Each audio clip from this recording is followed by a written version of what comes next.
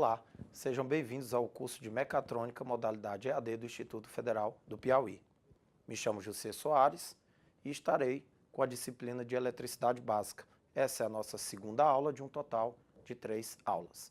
E o roteiro da nossa aula de hoje passa exatamente por resistência elétrica, fatores que influenciam a resistência elétrica de um corpo, primeira e segunda leis de Ohm, potência e energia elétrica.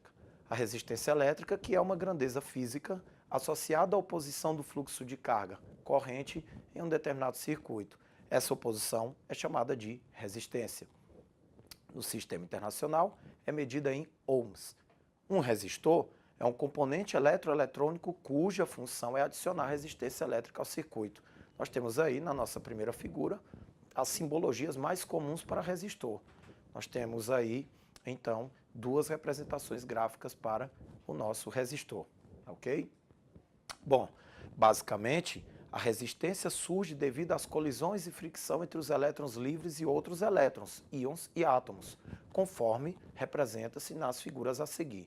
Na figura A, nós temos uma espécie de isolante, material cuja resistência é alta, e em B nós temos um condutor, material cuja resistência é baixa.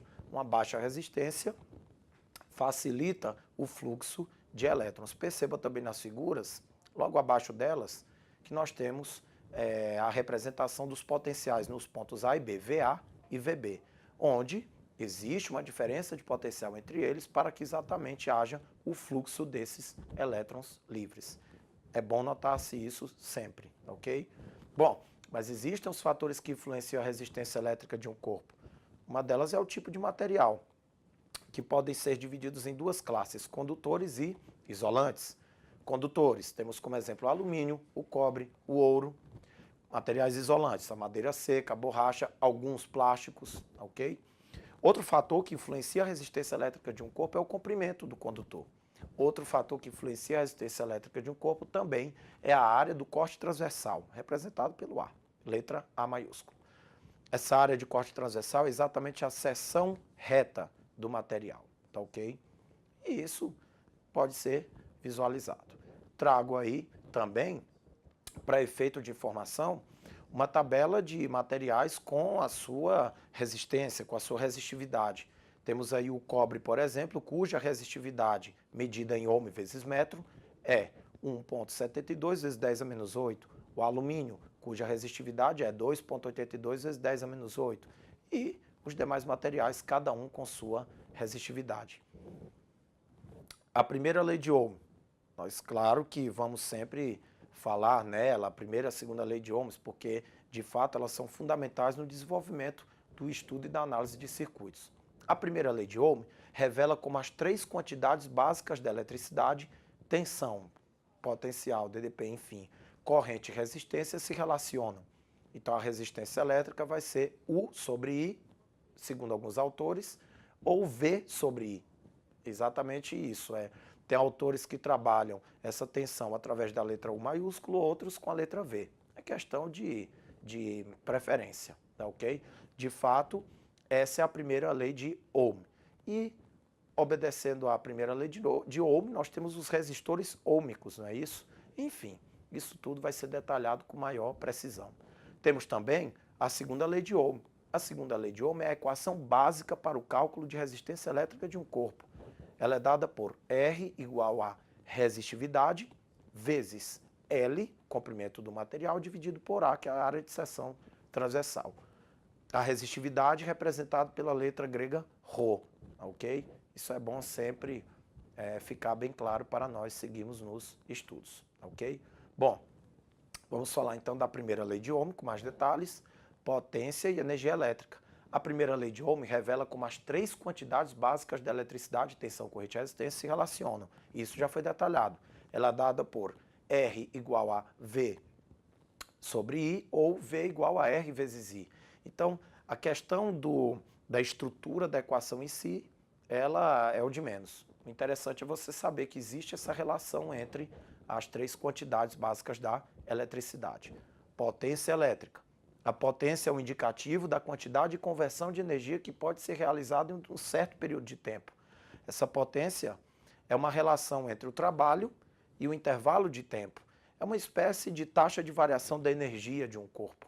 No sistema internacional, a potência é medida em watts, ok? Ou joule por segundo, é a mesma coisa, tá ok? Tem o mesmo, tem exatamente o mesmo significado, tá ok? Para nós, interessa saber a potência consumida por um sistema elétrico, que pode ser determinada em função dos valores de corrente, tensão e resistência. Potência pode ser representada por V vezes I, potência pode ser representada por R vezes I ao quadrado, e potência pode ser representada por V ao quadrado sobre R, bastando fazer uma manipulação algébrica simples com a primeira lei de Ohm e a equação de potência. Facilmente conseguimos comprovar essas equações, ok? Nos nossos encontros presenciais, vou tentar fazer essas deduções para que fique mais claro para nós, tá certo? A potência fornecida por uma fonte de tensão é dada por P igual a E vezes I, onde E é o valor da tensão da fonte. Costumamos chamar também essa tensão de força eletromotriz, ok? Força eletromotriz. Assim costumamos chamá-la, denominá-la também, tá ok? Bom, a energia elétrica. A energia elétrica é a capacidade de uma corrente elétrica realizar trabalho. A principal função da energia elétrica é a transformação desse tipo de energia em outros tipos, como, por exemplo, a energia mecânica e a energia térmica. Temos também a energia elétrica em energia térmica, chamada de efeito Joule. Essa é uma conversão denominada efeito Joule, tá ok? E a energia elétrica, ela pode ser calculada, é exatamente oriunda da equação da potência. Essa energia elétrica é exatamente o quê? Potência vezes variação do tempo. No sistema internacional é medida em Joule, unidade de energia, trabalho no sistema internacional. Entretanto, ao se tratar em energia elétrica, é mais comum mensurá-la, medi-la em quilowatt-hora. É o mais comum de vermos, é o que vem nos nossos talões de energia, sendo a potência dada em quilowatts e o intervalo de tempo em hora, ok? Bom, dúvidas? Temos aí o nosso e-mail pessoal, jussier.soares@ifpi.edu.br. Podemos visualizar algumas grandezas, algumas simulações relacionadas no site da Ludoteca da USP. Trago o link aí no slide. Temos também o site do Brasil Escola e as nossas referências, no caso, Introdução à Análise de Circuitos, livro e sites utilizados para a formulação dessa aula. Até a próxima.